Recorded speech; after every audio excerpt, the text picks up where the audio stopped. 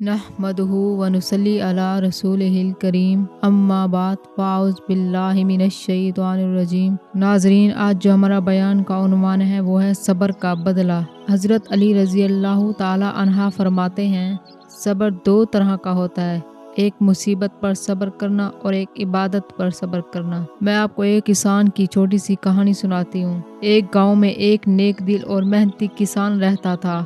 اس کا نام عبدالرزاق تھا۔ وہ ہر حال میں اللہ پر بھروسہ رکھتا، 5 وقت کی نماز پڑھتا اور ہر بات میں الحمدللہ کہتا۔ ایک سال قحط میں پڑ گیا، کھیت سوکھ گئے، بارش نہ ہوئی، جانور مرنے لگے، فصلیں برباد ہو گئی۔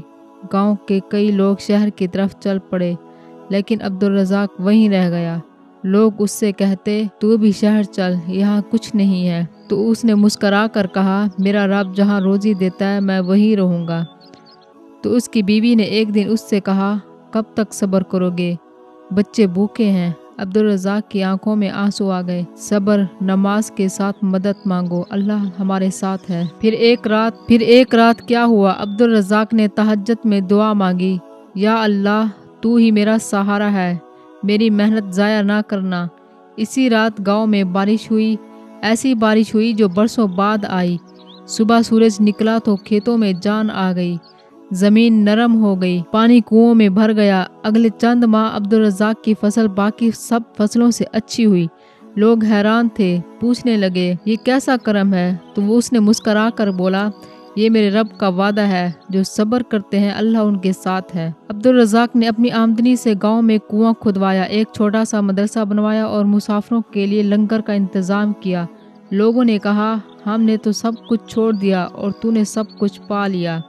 اس نے کہا، میرے نبی کریم صلی اللہ علیہ وسلم نے فرمایا، جس نے صبر کیا اللہ اسے بہت بڑا اجر عطا فرماتے ہیں۔ میں آخر میں صبر کے بارے میں چند باتیں بیان کروں گی۔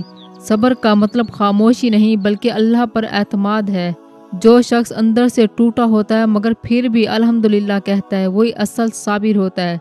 صبر کوئی کمزوری نہیں بلکہ اہل ایمان کی پہچان ہے۔ اللہ تعالیٰ نے قرآن پاک میں بار بار صبر کرنے والوں کی تعریف کی ہے۔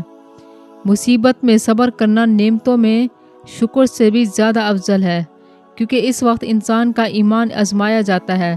صبر کا بدلہ ہمیشہ ملتا ہے، مگر وقت پر، اللہ کے اندازے میں۔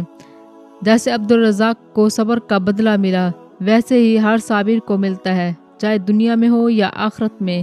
رسول پاک صلی اللہ علیہ وسلم نے فرمایا، قیامت کے دن جب صبر کرنے والوں کو ان کے اجر دیے جائیں گے تو اہل عافیت حسرت کریں گے، کاش ہمیں بھی دنیا میں آزمائشیں آتی اور ہم بھی صبر کرتے۔ جب تمہیں کچھ سمجھ نہ آئے، جب دل زیادہ پریشان ہو تو پھر ایک دعا یاد کر لو، حسبنا اللہ و نعم الوکیل، اللہ ہمیں کافی ہے، وہی بہترین کارساز ہے۔